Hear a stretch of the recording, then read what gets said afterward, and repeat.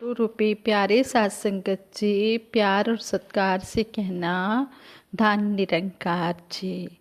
सतगुरु माता जी का लाख लाख शुक्राना करती हैं, जिनकी अपार कृपा से हमें बुधवार को भी जो पंजाब का अमृतसर फिरोजपुर का वर्चुअल जोनल समागम हुआ, उसमें भी सतगुरु माता सुदीक्षा जी महाराज ने हमें इतने अच्छे दर्शन दिए और इतने अच्छे हमें उनके वचन श्रवण करने का मौका मिला। सतगुरु माता जी का लाख लाख शुक्राना करते हैं। सतगुरु माता जी की स्टेज के पीछे जो लाइनें लिखी हुई थी, उन लाइनों से हमें यही सीख मिली है। वो लाइनें लिखी हुई थी कि संत वो है जो सुख में ना खोए, दुख में ना रोए, कहे हर देव की समरस रहकर तू ही गाए। वही संत है। कहने का भाव सतगुरु माता जी की जो ये लाइनें सतगुरु बाबा हरदेव सिंह जी महाराज ने लिखी हैं, इनसे हमें यही सीख मिली है कि जैसी भी हो परिस्थिति, रहे एक सी मनोस्थिति, दुख आए या सुख आए, हम कभी भी घबराए ना, क्योंकि दुख भी इसका ही है और सुख भी इसका ही है। दोनों ही जब इसने हमारे काटने हैं तो फिर डरने की क्या बात है। इसलिए हम कभी भी सतगुरु के आगे गिले शिकवे ना करें, हम हर समय शुक्राना ही करते रहें कि सच्चे पातशाह तू जो भी कर रहा है, चाहे दुख है चाहे सुख है, आप जी की कृपा से ही हमारा ये दुख सुख व्यतीत होना है। हम तो आप जी के हैं और इतनी बड़ी महान शक्ति है, निरंकार हमारे साथ है, फिर डरने की क्या बात है। जब गॉड हमारे साथ है फिर डरने की क्या बात है। इसी तरह सतगुरु माता सुदीक्षा जी महाराज ने हमें अपने विचारों में समझाया कि जिस तरह एक ट्रक होता है, उस ट्रक में 200 साइकिलों के पहिए वहाँ पर ट्रक में रखे हुए हैं ऊपर, लेकिन अचानक से ट्रक खराब हो जाता है तो जो साइकिलों के पहिए हैं वो चाहे 200 हैं लेकिन वो काम नहीं आ पा रहे जब ट्रक का टायर खराब हो जाता है। ट्रक के टायर के लिए तो ट्रक का टायर ही चाहिए, साइकिल का टायर नहीं वहाँ पर काम करेगा। इसी तरह इस बात से हमें यही सतगुरु माता सुदीक्षा जी महाराज ने समझाया कि भक्ति जो भी करेगा उसी के ही काम आनी है। अगर पिता भक्ति नहीं कर रहा, पुत्र भक्ति कर रहा है, तो पुत्र की भक्ति पिता के काम नहीं आएगी, वो पुत्र के ही काम आएगी। जिस तरह हिरण्यकश्यप और प्रहलाद का भी हम जिक्र सुनते हैं कि प्रहलाद किस तरह रंग में भगवान के रंगा हुआ, तो जो प्रहलाद ने भक्ति की वो हिरण्यकश्यप के काम नहीं आई। हिरण्यकश्यप अगर भक्ति करता तो उसके काम आती। इसी तरह सतगुरु बाबा हरदेव सिंह जी महाराज ने हमें संपूर्ण हरदेव वाणी की ये लाइनों द्वारा भी समझाया है। भक्ति की दौलत तो साधो हमने खुद कमानी है, ना यह किसी के काम आनी है और ना ही यह बांटी जानी है।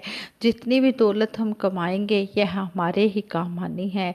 यहाँ पर सतगुरु माता जी ने हमें यही समझाया है कि हम हर समय तन मन धन के साथ समर्पित होकर इस निरंकार के साथ जुड़े रहें। जब इसका हर पल एहसास होगा तो हमें दुख भी दुख नहीं लगेगा। इस तरह ही कहते हैं कि एक प्रसंग में बहन राबिया जी का एक सुंदर प्रसंग हमें पढ़ने सुनने को मिलता है कि बहन राबिया जी एक ऊंचे दर्जे की फ़कीर हुई हैं। एक बार राबिया के पास फ़कीर आए। राबिया ने उनसे कहा कि कोई परमात्मा की बात सुनाओ। एक फ़कीर ने कहा कि परमात्मा की ओर से जो दुख आए उसको प्यार से सह लें, वही सच्चा गुरसिख है। राबिया कहने लगी कि इसमें तो हंकार ही दिखाई दे रहा है, कोई इससे ऊंची बात कहो। दूसरा फ़कीर बोला कि परमात्मा की ओर से जो तकलीफ़, बीमारी, तंगी, दुख आए उसको सुख मानकर भोग लें, वही सच्चा गुरसिख है। राबिया ने कहा यह भी ठीक नहीं है, कोई इससे अच्छी बात सुनाओ। तो दोनों फ़कीरों ने अपने हाथ जोड़कर प्रार्थना की कि बहन राबिया जी आप ही हमें बताओ कि इससे ऊपर क्या है। तब बहन राबिया जी ने कहा मैं उसको फ़कीर समझती हूँ जिसको दुख सुख दोनों एक जैसे लगते हैं। आदि ग्रंथ में भी इसी प्रकार का, श्री गुरु ग्रंथ साहिब में भी इसी प्रकार का संकेत मिलता है। श्री गुरु नानक देव जी महाराज फरमाते हैं, सुख दुख दोनों सम कर जाने और मान अपमाना। भाव सच्चा गुरसिख वही है जो ना दुख में दुखी होता है और ना सुख में खुशी से फूल जाता है। यदि कोई उसकी निंदा करता है तो वह नाराज नहीं होता, और यदि कोई प्रशंसा करता है तो वह खुश नहीं होता। दोनों ही अवस्थाओं में एक जैसा रहता है। तुलसी इस संसार में सुख दुख सबको होए, ज्ञानी काटे ज्ञान से, अज्ञानी काटे रोए। यहाँ पर तुलसीदास जी ने भी हमें समझाया है कि जो ज्ञानी संत महात्मा आप जैसे होते हैं वो इस ब्रह्म ज्ञान से अपने दुख सुख को काट लेते हैं, और जो अज्ञानी होते हैं वो हर समय रोते रहते हैं। जो ज्ञानी संत महात्मा होते हैं वो हर परिस्थिति में खुश रहते हैं, आनंद की अवस्था में रहते हैं, क्योंकि वो दुख सुख से ऊपर उठकर जी रहे होते हैं। और इसी तरह कहते हैं कि सुख दुख तो सभी को आते हैं इस संसार में, ऐसा कोई नहीं है जिसके ऊपर सुख दुख नहीं आते। लेकिन जो ज्ञानी होते हैं वो सतगुरु का प्रसाद मानकर दुख सुख को काट लेते हैं। उनको पता है हमारे साथ हमारा ये सतगुरु निरंकार खड़ा है, जिसके सिर ऊपर तू स्वामी सो दुख कैसा पावे। जब जिस तरह कहते हैं कि माता पिता का हाथ बच्चों के सिर पर होता है तो बच्चों को किसी प्रकार की चिंता नहीं होती कि कोई राशन लाना है या कपड़ा लाना है या कुछ रहने के लिए हमें मकान चाहिए, नहीं, उन्हें पता होता है। कोई अगर दुख तकलीफ आ रही है, कोई बीमारी आ रही है, दुख कष्ट आ रहा है, तो बच्चों को पता होता है कि हमारे पेरेंट्स अपने आप हमारा ट्रीटमेंट करवाएंगे, हमें अपने आप डॉक्टर के पास लेकर जाएंगे, हमारा दुख सुख इन्होंने ही काटना है। इसी तरह हमारे ऊपर भी सतगुरु निरंकार का हाथ है, तो दुख हो या सुख हो हमें डरने की कोई बात नहीं है।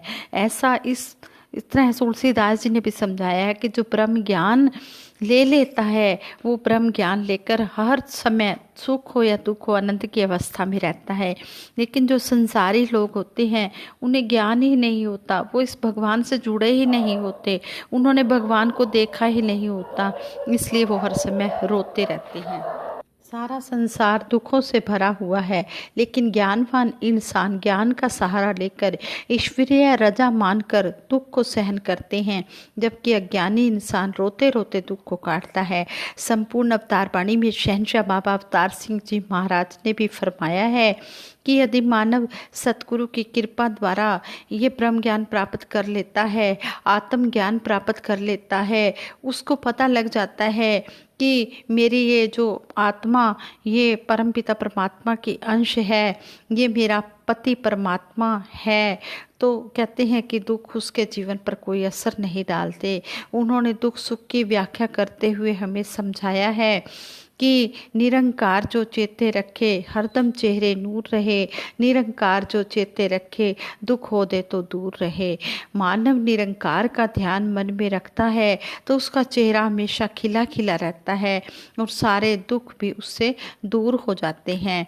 इसी तरह शब्द नंबर 39 में भी हमें संकेत मिलता है, भावे जगदा राजा होवे दुख पांदा दुख सहंदा है, रमे राम नू जानन वाला हरदम सुख विच रहंदा है। कहते हैं कि मनुष्य चाहे संसार का राजा भी हो तब भी वह आत्म ज्ञान के बिना दुखी ही रहता है, इस ब्रह्म ज्ञान के बिना दुखी ही रहता है। जिसने सतगुरु की कृपा से इस रमे राम को जान लिया है वह हमेशा सुख में ही रहता है। और शब्द नंबर 45 में भी हमें संकेत मिलता है कि निरंकार का नाम लिए जा सुख आता दुख जाता है, अवतार गुरु की शरण आए तो हरि दृष्टि में आता है। ये इंसान तू आत्म ज्ञान प्राप्त करके निरंकार का सिमरन कर, इससे सुख आता है और दुख दूर चला जाता है। सतगुरु की शरण में आने से भगवान साक्षात दिखाई देने लगता है। सत्संग की महत्ता बताते हुए संपूर्ण अवतार वाणी के शब्द नंबर 56 में भी हमें समझाया गया है कि हे मानव तू संत का संग कर ले। यह सत्संग इतना लाभदायक है कि तेरी दुख गरीबी सब समाप्त हो जाएगी और तेरे मन का अहंकार भी मिट जाएगा। साथ की संगत कर ले बंदे, दुख गरीबी होंगे दूर। साथ की संगत कर ले बंदे, मिट जाएगा मान गरूर। शब्द नंबर 95 में भी शहंशाह बाबा अवतार सिंह जी महाराज ने इसी प्रकार की भावना प्रकट की है। निरंकार गुरु निज सेवक का पर्दा खुद ही ढकता है। संकट कष्ट मुसीबत में यह हाथ शीश पर रखता है। निरंकार अपने भक्तों की गलतियों को, दोषों को स्वयं ही पर्दा डालकर अनेक कष्टों, संकटों, मुसीबतों से बचा लेता है। गुरसिख इसलिए दुखों से बचा रहता है क्योंकि सतगुरु का हाथ उसके सिर पर होता है। संत महापुरुष जो होते हैं ये हमेशा नम्र भाव में विनम्र होकर ही रहते हैं। अपने आप को दास कहते हैं। जब सारी सृष्टि का मालिक अपने आप को दास कहता है। अब सतगुरु माता सुदीक्षा जी महाराज नारी रूप में आए हुए हैं और ये अपने आप को दासी कहते हैं। ये हमें समझाने के लिए कहते हैं कि हमने इस तरह विनम्र बन के रहना है। कहते हैं आपस को जो जाने नीचा सोई गनिए सबसे ऊंचा। जो अपने आप को नीचा मानता है वही सबसे ऊंचा हुआ करता है। गुरु पीर पैगंबर भगत जन तभी ऊंचे हुए, चाहे वो पंच सखा हो, चाहे वो तुकाराम जी हो, चाहे कबीर जी हो, चाहे नामदेव जी हो, चाहे मीराबाई हो।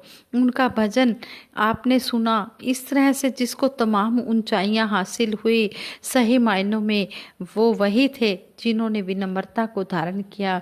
जो अपने आप को निमाड़ा मानता है वही सबसे ऊंचा हुआ करता है। तो इस तरह से एक विनम्रता से युक्त होते हैं जो भगत, वो दूसरे को नीचा क्यों कर दिखाएंगे जब अपने में अभिमान ही नहीं है। अभिमान तभी खत्म हो जाता है जब मन में ब्रह्म ज्ञान बस जाता है। अभिमान में जो चूर होते हैं वही दूसरों को नीचा दिखाते हैं। एक बार सतगुरु बाबा हरदेव सिंह जी महाराज ने अपने विचारों में हमें एक कहानी भी सुनाई। कहने लगे कि किस तरह से एक इंसान जा रहा था, उसकी पत्नी साथ जा रही थी और पत्नी कहने लगी, पति की तरफ देखकर कहती है कि कैसे कपड़े पहने हुए हैं, आप तो मदारी लग रहे हो। तो आगे से पति कहता है कि मदारी तो लगूंगा ही क्योंकि तू बंदरिया जो मेरे साथ चल रही है। तो इस तरह से दोनों ही लगे हुए हैं एक दूसरे को नीचा दिखाने में। ये संसार की हालत है। जाति के लिहाज से एक दूसरे को नीचा दिखाना, धर्म के लिहाज से एक दूसरे को नीचा दिखाना।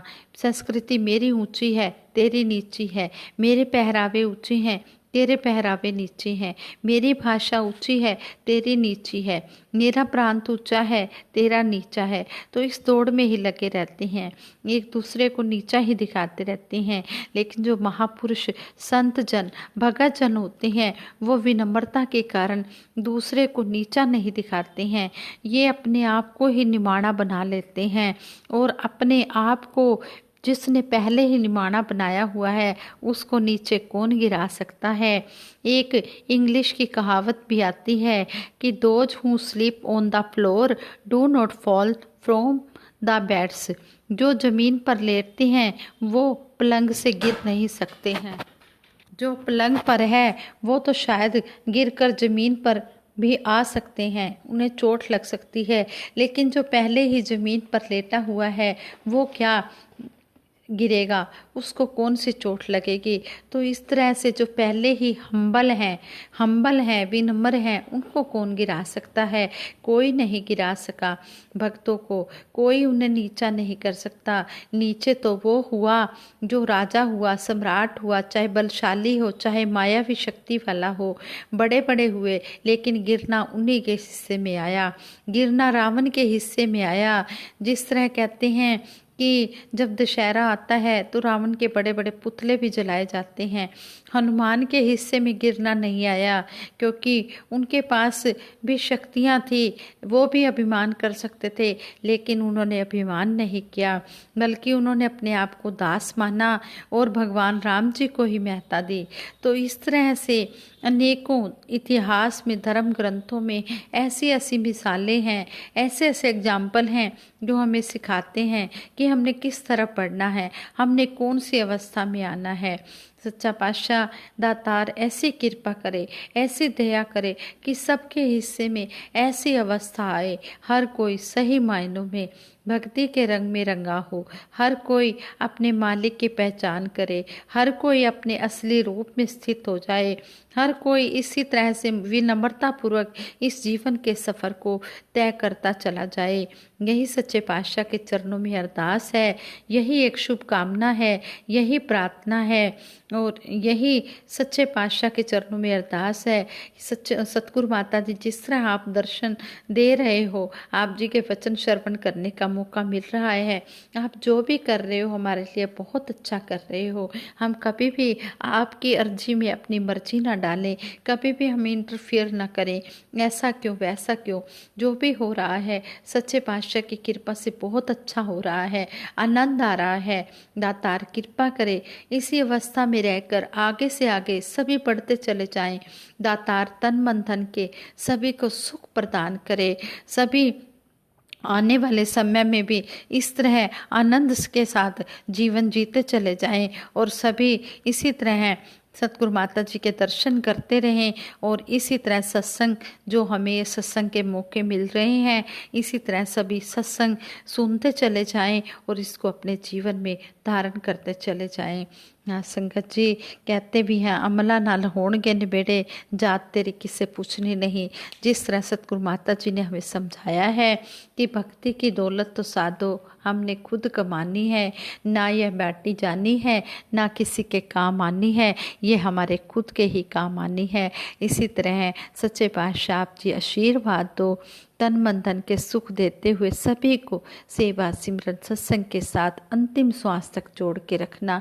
सारे सुख दुनिया दे पादो साड़ी झोली विच फिर भी मिलाई रखना। संतां दी टोली विच दासी सभी के भले की कामना करते हुए सभी के सुखों के लिए सिमरन करवाएगी। सभी ने मिलकर सिमरन में साथ देना है। तू ही निरंकार मैं तेरी शरण हाँ, मैनू बख्श लो। तू ही निरंकार मैं तेरी शरण हाँ, मैनू बख्श लो। तू ही निरंकार मैं तेरी शरण हाँ, मैनू बख्श लो। तू ही निरंकार मैं तेरी शरण हाँ, मैनू बख्श लो। बोलिए सतगुरु माता सुदीक्षा सविंदर हरदेव जी महाराज की जय। निरंकारी राज माता गुरु बचन अवतार की जय। साथ संगत जी प्रेम से कहना धन निरंकार।